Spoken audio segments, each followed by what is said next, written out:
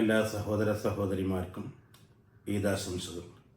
നമ്മുടെ നാടും നമ്മുടെ നാട്ടുകാരും ഏറെ ആവേശത്തോടെ കാത്തിരിക്കുന്ന ചെറിയ പെരുന്നാൾ എത്തിയിരിക്കുന്ന ഒരു സുദിനത്തിലാണ്.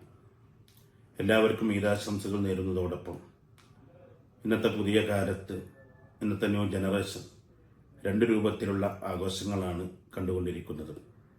വിശുദ്ധ ശരീഅത്ത് ദീന് അനുവദിച്ച ആഘോഷങ്ങളും ഇസ്ലാം അനുവദിക്കാത്ത രൂപത്തിലുള്ള പല ആഭാസങ്ങളും പല കോപ്രാട്ടിത്തരങ്ങളും കാട്ടിക്കൊണ്ടുള്ള ആഘോഷങ്ങൾ. തീർച്ചയായും നമ്മുടെ ഈ ശബ്ദം ശ്രവിക്കുന്ന എല്ലാ സഹോദര സഹോദരിമാരും വിശുദ്ധ ഇസ്ലാം അനുവദിച്ച രൂപത്തിലുള്ള ആഘോഷങ്ങളാണ് നടത്തേണ്ടത് എന്ന് ഈ സമയത്ത് എല്ലാവരെയും അറിയിക്കുകയാണ്. പുത്തനുടുപ്പുകൾ ധരിക്കുന്നതിലല്ല പെരുന്നാൾ ആഘോഷമുള്ളത്. നന്മകൾ, ഹൈറുകൾ, ഹൈറാത്തുകൾ, സൽക്രമങ്ങൾ അധികരിപ്പിക്കൽ കൊണ്ടാണ് യഥാർത്ഥത്തിൽ പെരുന്നാളാക്കുന്നത്. എന്താണ് പെരുന്നാൾ, ആർക്കാണ് പെരുന്നാൾ എന്ന് അറിയാതെ പോകുന്ന ഒരു സാഹചര്യം ഒരിക്കലും ഉണ്ടാവാൻ പാടില്ല.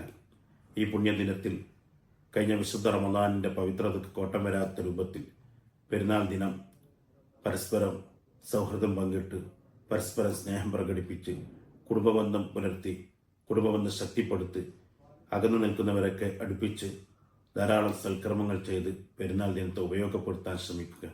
കഴിഞ്ഞ വർഷങ്ങളിൽ നിന്നും വ്യത്യസ്തമായി ഈ വർഷം വിശുദ്ധ ചെറിയ പെരുന്നാൾ ആഘോഷിക്കുമ്പോൾ വളരെ വേദനയോടെ നമ്മുടെ പാവപ്പെട്ട നമ്മുടെ കൂട്ടുകാർ, ഫലസ്തീനിലെ ഗസയിലെ നമ്മുടെ സുഹൃത്തുക്കൾ, അവർക്ക് പെരുന്നാളില്ല, അവർക്ക് ആഘോഷങ്ങളില്ല, അവർക്ക് നമ്മെപ്പോലെ സന്തോഷിക്കാനൊന്നുമില്ല.